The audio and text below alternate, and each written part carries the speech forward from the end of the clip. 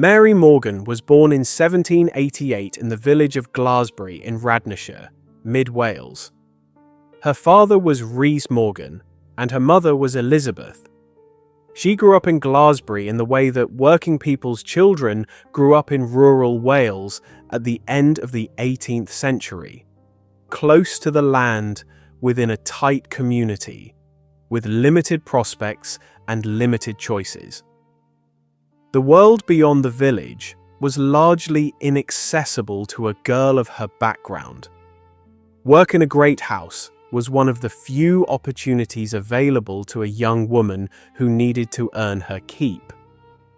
Radnorshire in the late 18th and early 19th centuries was one of the smallest and most sparsely populated counties in Wales, a land of moorland, river valleys, and scattered farming communities stretching across the Welsh borderlands. It was a world governed entirely by the rhythms of the agricultural year, by the authority of the landed gentry, and by a social order so rigid that the distance between a servant girl and the family she served was as vast as any ocean. A girl born to working parents in a Radnorshire village in 1788 had no power, no protection, and no path in life that she had chosen for herself. When she was approximately 15 or 16 years old, Mary left her parents' home in Glasbury and went to work at a large castle situated just over a mile from the village. It belonged to Walter Wilkins, the Member of Parliament for Radnorshire, and it was home to Wilkins, his wife, and their two adult sons, Walter and Jeffreys. Mary was taken on as an undercook. She worked in the kitchens. She was described by those who knew her as young and beautiful. Endowed with a good understanding and disposition, she was quick and capable. She learned her work. She slaughtered chickens in the kitchen with the small penknife she kept for the purpose. She went about her duties in a household substantial enough to require a housekeeper, a cook, and multiple servants. She was a working girl in a great house, at the very bottom of a very rigid hierarchy. Not long after Mary arrived at the castle, she attracted the attention of her employer's son, Walter Wilkins the younger. He was the heir to the estate, the young master of the house. Judge George Hardinge, who would later preside over Mary's trial, wrote in private correspondence that Wilkins had been intrigued with her, a phrase that in 1805 carried the clear implication of a sexual relationship. Whether Mary welcomed his attentions or was in any position to refuse them is a question the historical record does not answer. What is clear is that a relationship of some kind existed between the heir of the castle and the undercook in his kitchens. Both Mary and Walter later denied that he was the father of her child. Mary named the castle's wagoner, a fellow servant, as the father. What is also clear is that when Mary found herself pregnant, the wagoner refused to give her any aid whatsoever. She had no money, no means of support, no family nearby, and no one to turn to. On the afternoon of Sunday, 23rd September, 1804, the castle kitchens were busy.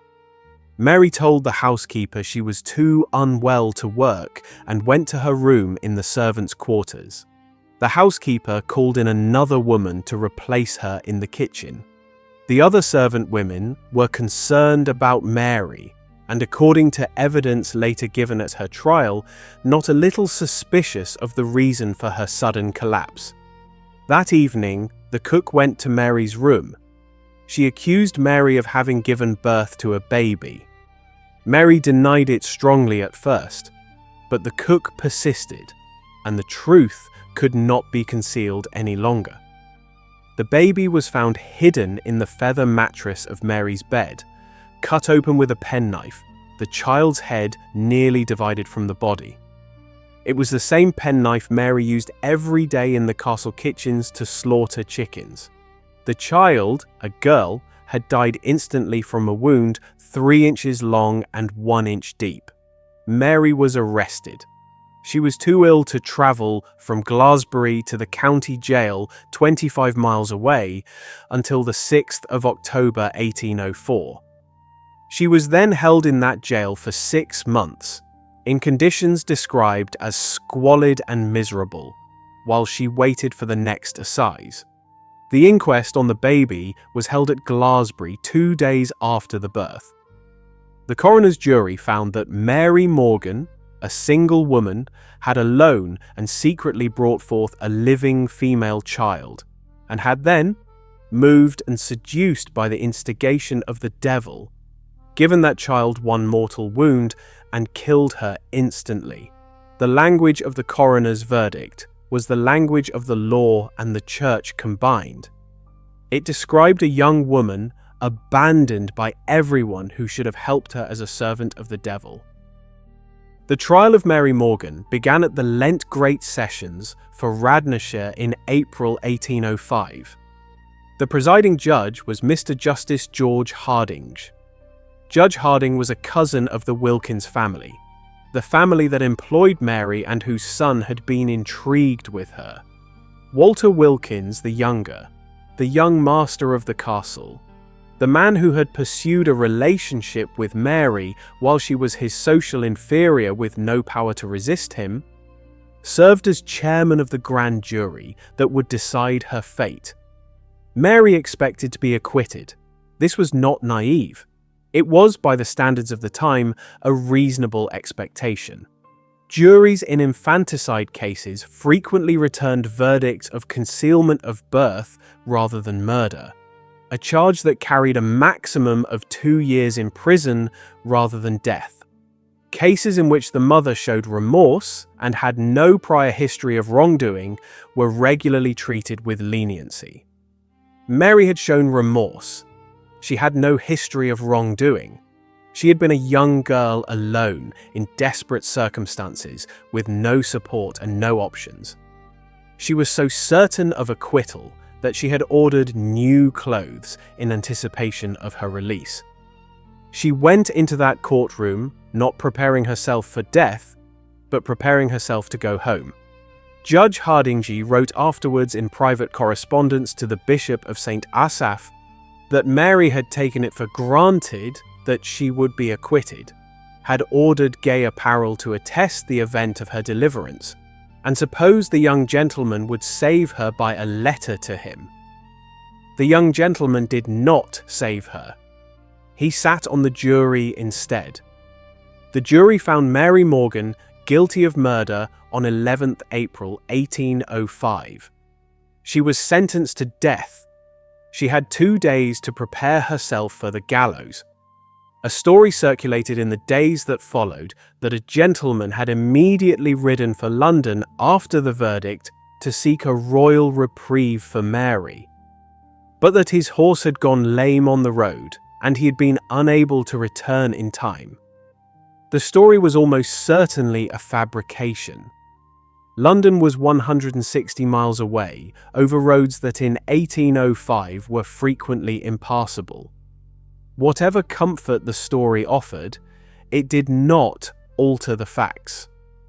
A plot to break Mary out of the jail on the Friday night before her execution was discovered by the authorities. She was moved to a more secure cell. In her final days, she was visited by a Reverend Mr. Scott, by the Under-Sheriff of Radnorshire, and by a man named John Brown. She made a full confession. She said the father of her child, the wagoner, had refused her any aid at all. She said of the child, "I determined therefore to kill it, poor thing, out of the way, being perfectly sure that I could not provide for it myself." On the morning of Saturday 13th April 1805, Mary Morgan was brought out of the county jail in a horse-drawn cart. She was seated on her own coffin for the journey to the place of execution at Gallows Lane. Large crowds had gathered to watch. Those who were present reported that Mary was barely conscious when the cart arrived at the gallows. She had to be supported and steadied during the preparations. She was 17 years old. She was hanged at around midday. She was buried that same afternoon in unconsecrated ground near the church. In passing sentence, Judge Harding had told Mary that many other girls, thoughtless and light as she had been, would have been encouraged by her escape to commit her crime with hopes of going unpunished. He said he intended her execution to serve as a deterrent. The historian Anne-Marie Kildare, examining the case in depth, concluded that the death sentence was the calculated decision of a judge who wanted to make at least one example. That in a period when he had acquitted many other women accused of infanticide, Mary Morgan was chosen to be the lesson. The wagoner who fathered Mary's child and refused to help her was never charged with anything.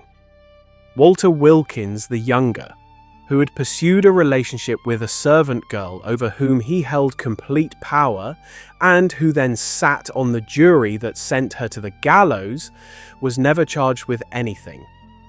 Judge Harding, who was a cousin of the Wilkins family and who presided over a trial involving his own relatives, was never questioned about the conflict of interest. The child's father, whoever he truly was, lived out his days without consequence.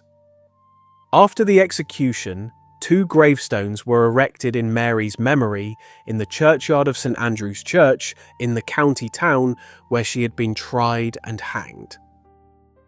The first stone was erected by Thomas Brudenell Bruce, the Earl of Aylesbury, a friend of Judge Harding's.